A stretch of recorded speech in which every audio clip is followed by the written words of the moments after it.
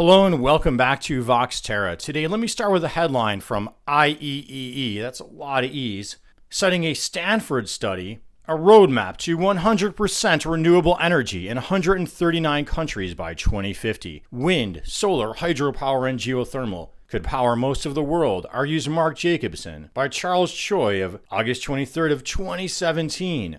Well, there are a lot of good studies like this out there about how to get to 100% clean renewable energy with lots of effort and time and brain power put into them. And we could go back in time. Here's a 2009 Scientific American article titled, "A Plan to Power 100% of the Planet with Renewables." And really, we could think of it, these plans have been going back even further. Remember when Jimmy Carter, maybe you can remember, maybe you can't, put solar panels on the White House, and then Ronald Reagan came in and took them down. Well, these plans have been largely ignored by our media, by our politicians, more so those on the Republican side of the aisle, I'm sorry to say, or attacked by so-called experts trotted out in the media. Their ties to the fossil fuel petrochemical industries go undisclosed. Well, let's look at some of the components of this 100% plan so that you can put it in your head and call for it yourself. There's a great chart from the Solutions Project that mirrors this report. Let me share that with you. Now, when they talk about 100% renewable, they're talking about electricity, transportation, heating, cooling, and industry. And this is their 2050 projected energy mix. If we tried for it, residential rooftop solar, 14.89%, solar plants, 21.36%, concentrated solar plants, 9.72%, onshore wind, 23+%, offshore wind, 13+%, commercial government rooftop solar panels, 11.58%, wave energy, 0.58%, geothermal, 0.67%, hydroelectric, 4%, tidal turbines, 0.06%. And notice here too, they're talking the jobs created at 52 million as compared to the jobs lost at 27.7 million.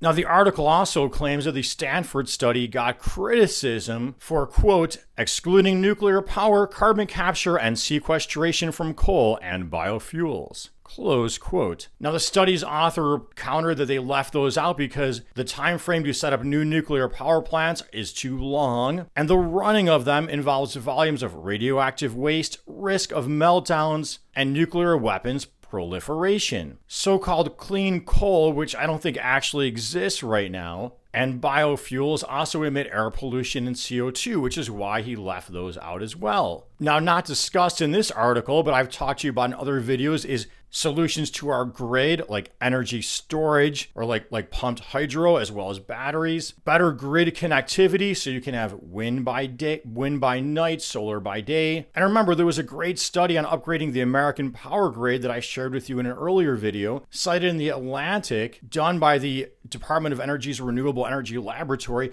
during the Trump administration. And the Trump administration, according to the article, just sat on that study. Well, when you look at that stat about lost jobs versus gain jobs, think about the criticisms coming against the study for leaving out biofuels and carbon capture and clean coal, as well as what I mentioned to you about the Trump administration sitting on a study. And then you think about the volumes of money and politics coming from the fossil fuel industry. That's the reason why things haven't changed. That's the reason why we don't already have a cleaner, greener energy economy right now. So the moral of the story here is stop playing devil's advocate. And whenever somebody comes up to you and says, hey, we should be calling for clean energy, stop making the industry's case that it can't be done, it can't be done. Capitalism is a get what you bargained for system. If you keep arguing the side of the dominant industry, keep arguing the side of business as usual, that's what we get. Business as usual on a heating planet with increasingly destabilized weather. Well, hey, I hope you found this helpful, interesting, informative.